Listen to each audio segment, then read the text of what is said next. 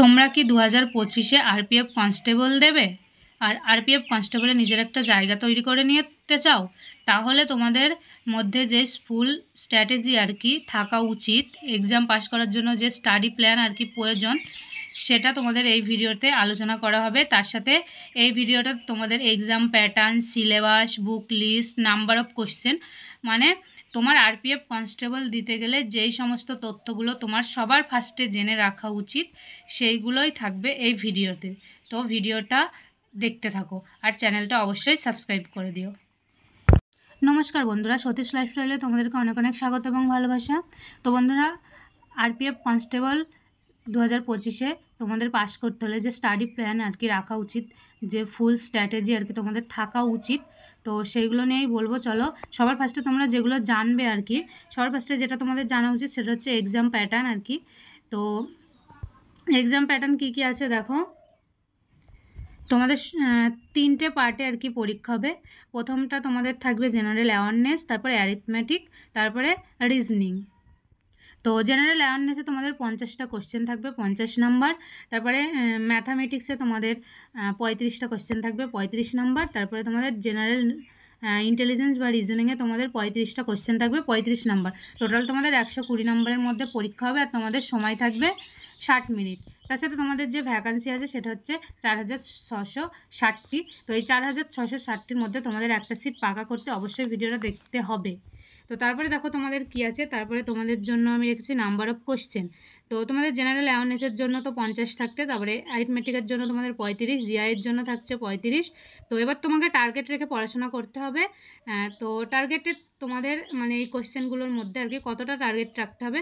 সবার ফার্স্টে দেখো তোমাদের জেনারেল অ্যাওয়ারনেসে তোমাদের 45 মতো টার্গেট রাখতে হবে, আর 2000, আর অ্যারিথমেটিকে তোমাদের জন্য 25 টার্গেট রাখতে হবে। তারপরে জিআর জন্য 30। তোমরা মনে করলে জিআইতে আরও বেশি আর কি নাম্বার তুলতে পারবে। তার সাথে তোমাদের যে টার্গেট আর কি, টার্গেটটা সবসময় তোমরা সবার থেকে বেশি রাখবে, কারণ মানুষের মনে কি বলো তো, যেটা টার্গেট রাখে সেটাই করে দেখায়। আর টার্গেট যদি তুমি কম রাখো তাহলে তোমার মানে নাম্বার যেটা উঠবে আর কি সেটা তোমাদের কমই উঠবে। তাই অবশ্যই টার্গেট সবার থেকে বেশি রাখবে। তুমি যদি মনে করো আমি টার্গেট 120 রাখবো, তাহলে অবশ্যই তোমার টার্গেট 120 রাখবে, কারণ তুমি 120 যদি তুমি টার্গেট রাখো অবশ্যই তুমি 120 তুলতে পারবে।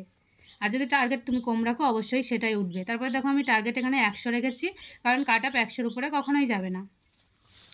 তো তারপর দেখো এক্সপেক্টেড কাট আপ কত যেতে পারে। তো এক্সপেক্টেড কাট আপ তোমাদের 80+ যেতে পারে। তো 2018-তে যখন নিয়োগ হয়েছিল আর কি, তখন তোমাদের কাট আপ এর থেকে বেশি যায়নি, মোটামুটি এর থেকে কমই ছিল। তারপরে দেখো তোমাদের প্রিপারেশনের জন্য কত মাস টাইম পাবে। তোমাদের প্রিপারেশনের জন্য তোমরা 4 মাস মতো টাইম পাবে। তো এর মধ্যে তোমাদের প্রিপারেশন কমপ্লিট করে নিতে হবে। আর 80+ যাবে মানে অল ক্যাটাগরির ক্ষেত্রে আর কি। তারপরে দেখো তোমাদের সিলেবাস কী কী আছে।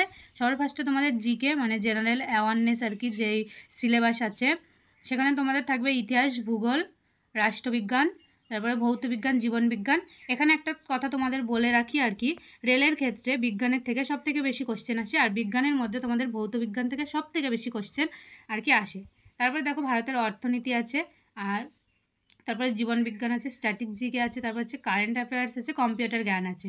আর দেখো ম্যাথের ক্ষেত্রে তোমাদের যেই যেই চ্যাপ্টারগুলো থেকে আর কি কোশ্চেন আসে, সবার ফার্স্টে আছে নাম্বার সিস্টেম, তারপরে আছে পার্সেন্টেজ, তারপরে রেশিও অ্যান্ড প্রিপারেশন, তারপরে অ্যাভারেজ আছে, simple interest, compound interest, profit and loss, mensuration, time and distance. তো এগুলো তো আছেই, মানে এগুলো যেই আর কি সিলেবাস, যে অফিসিয়াল সিলেবাস সেখানে আছে। তার সাথে তোমাদের আর কী কী পড়তে হবে দেখো। তার সাথে তোমাদের সরলীকরণ আছে, লসাগু গসাগু আছে, অংশীদারি কারবার আছে, সময় কার্য, নল চৌবাচ্চা, নৌকাস্রোত, মিশ্রণ। তো এগুলো সবগুলোই আর কি তোমাদের পড়তে হবে, কারণ সবগুলোই অ্যারিথমেটিকের মধ্যেই পড়ে। তারপর দেখো তোমাদের রিজনিংয়ে, তো রিজনিংয়ের জন্য সবার ফার্স্টে দেখো নাম্বার সিরিজ আছে, অ্যালফাবেট সিরিজ আছে, অ্যানালজি আছে, ওয়ার্ড ওয়ান আউট আছে, statement and conclusion, direction, coding decoding, mathematical operation, matrix coding, blood relation, egg calculation, non verbal question যেগুলো আর কি মিসিং নাম্বার। তো এইগুলো তোমাদের থাকে। তারপরে আমি যেগুলো আর কি তোমাদের সাথে শেয়ার করব সেটা হচ্ছে তোমাদের যে বুক আর কি, বুক লিস্ট। তো আরপিএফ কনস্টেবলের জন্য যেই বুকগুলো আর কি তোমাদের পড়া উচিত, মানে পড়ার দরকার, যেগুলো পড়লে তোমরা আর কি পাস করতে পারবে, তো সেগুলোর মধ্যে দেখো সবার ফার্স্টে জিকে রেখেছি। আর জিকের সব সময় একটা বেস্ট বুক হচ্ছে লুসেন্ট। তোমরা লুসেন্ট যদি পড়তে পারো অবশ্যই এটা সব পরীক্ষার জন্য বেস্ট। তারপরে দেখো লুসেন্ট যদি না পারো, কারণ আমাদের ওয়েস্ট বেঙ্গলে বেশিরভাগ বাংলা মিডিয়ামের ছাত্রছাত্রী, তো লুসেন্টটা বাংলা আর হিন্দিতে পাওয়া যায়, তুমি চাইলে হিন্দিতে নিতে পারো। তো হিন্দি যদি তুমি পেরে থাকো। তারপর দেখো জেনারেল নলেজ, তরুণ গোয়েল, তো এটা বাংলা ভার্সনের বই তরুণ গোয়েলের, তো এটা তোমরা চাইলে নিতে পারো।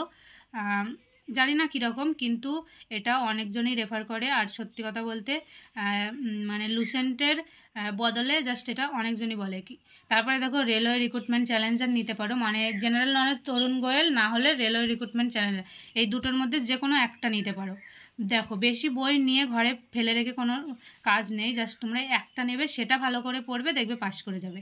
তারপরে আছে ম্যাথের জন্য তোমরা RS আগরওয়াল নিতে পারো, যেটা তোমাদের ইংলিশে আছে, তার সাথে তোমাদের RS আগরওয়ালের মানে বাংলা ভার্সন আর কি আছে, তোমরা চাইলে সেটা নিতে পারো। আর যদি সেটা নাও তার জন্য তুমি সুবীর দাস নিতে পারো, কিন্তু বেস্ট বলবো RS আগরওয়াল নেওয়ার জন্যে। তারপর দেখো তো রিজনিংয়েও RS আগরওয়ালের নিতে পারো। তার সাথে তোমাদের কিরণের দেখবে প্র্যাকটিস সেট আছে, সেখানে 6000 7000 প্লাস কোশ্চেন আছে, সেগুলো আর কি সলভ করতে পারো, সেখান থেকে নিতে পারো। আর বাংলার যদি আর যদি নিতে চাও তাহলে সুবীর দাস নিতে পারো।